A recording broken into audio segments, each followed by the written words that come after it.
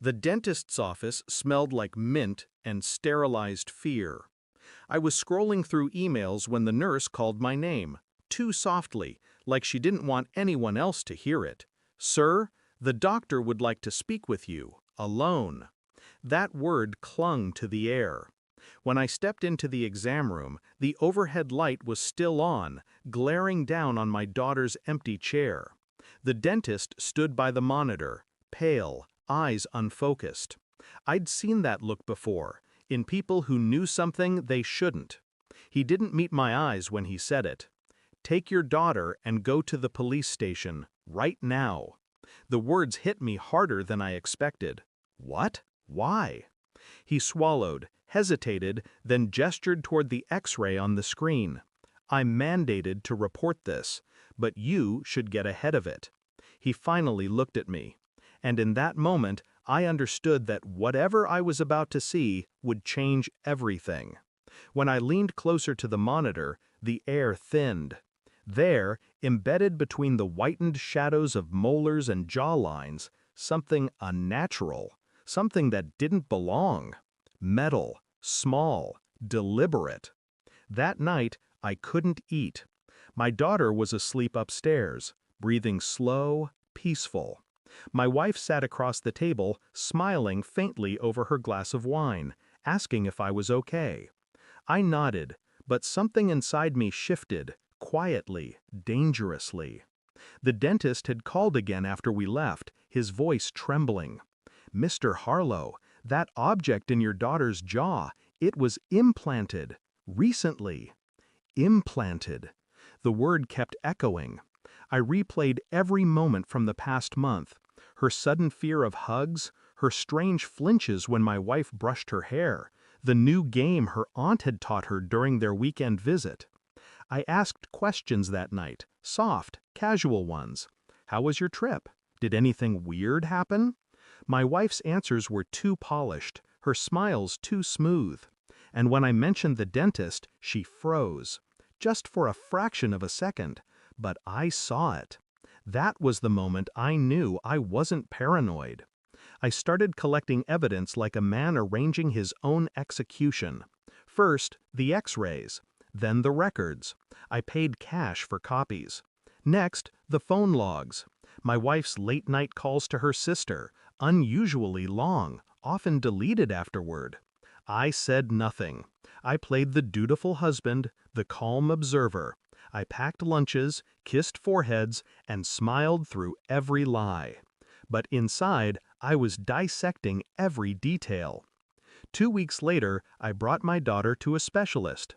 He ran another scan, a full one. The object wasn't random. It was a small metal tag, a tracking chip, the kind used for identifying dental implants, but not one any dentist would ever put in a child's jaw. It had numbers on it, and a name. My wife's sister. That night, I didn't confront her. I just watched her sleep beside me, her breathing slow, steady, rehearsed. I wondered if she'd done it to protect someone or to hide something. 3 days later, I had proof. A forensic friend ran the tag through a private database. It was linked to a clinic 2 states away, a clinic owned by my wife's ex, the same man she'd sworn never to speak to again. I remembered the faint bruises on my daughter's jaw, the way she'd whispered, "Mom said not to tell." My wife came home early that day, humming, carrying groceries. I was waiting at the kitchen table with a single sheet of paper. The clinic report. "Where did you take her?" I asked. She froze, smiled, then frowned. "What are you talking about?" I slid the paper toward her. Her face drained of color. Her lips parted, but no words came out. She tried to laugh, to deflect, but I'd already seen the truth in her eyes. "I wanted to make sure she was safe," she said finally. Her voice cracked. "You wouldn't understand." I understood more than she realized. I didn't yell, didn't threaten.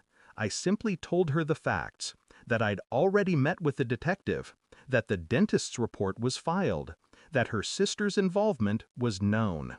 She began to cry, pleading, grasping at excuses. But I didn't move.